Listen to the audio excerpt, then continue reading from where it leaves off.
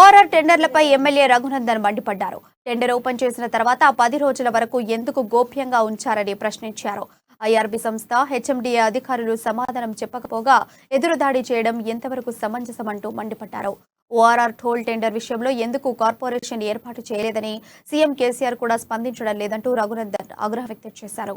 ఇన్ని ఆరోపణలు వస్తున్నా టెండర్లు రద్దు చేయకపోవడం అనుమానాలకు తావిస్తోందని, కోర్టు సెలవుల తర్వాత న్యాయస్థానాలను ఆశ్రయిస్తానని రఘునందన్ అన్నారు.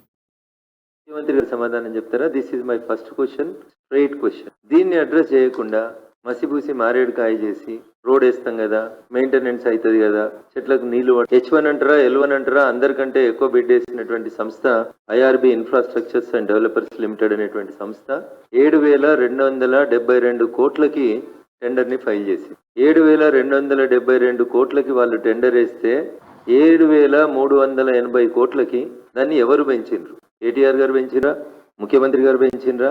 ఏ రకంగా 7272 అనేటువంటి ఫిగర్ 7380 అయింది? దయచేసి అరవింద్ కుమార్ గారు చెప్తారా, కేటీఆర్ గారు చెప్తారా, ముఖ్యమంత్రి గారు సమాధానం చెప్తారా? This is my first question, straight question. దీన్ని అడ్రస్ చేయకుండా మసిబూసి మారేడు కాయ చేసి రోడ్ వేస్తాం కదా, మెయింటెనెన్స్ అవుతుంది కదా, చెట్లకు నీళ్లు పడతాం కదా, ఇవన్నీ లెక్కలు కట్టరా మీరు?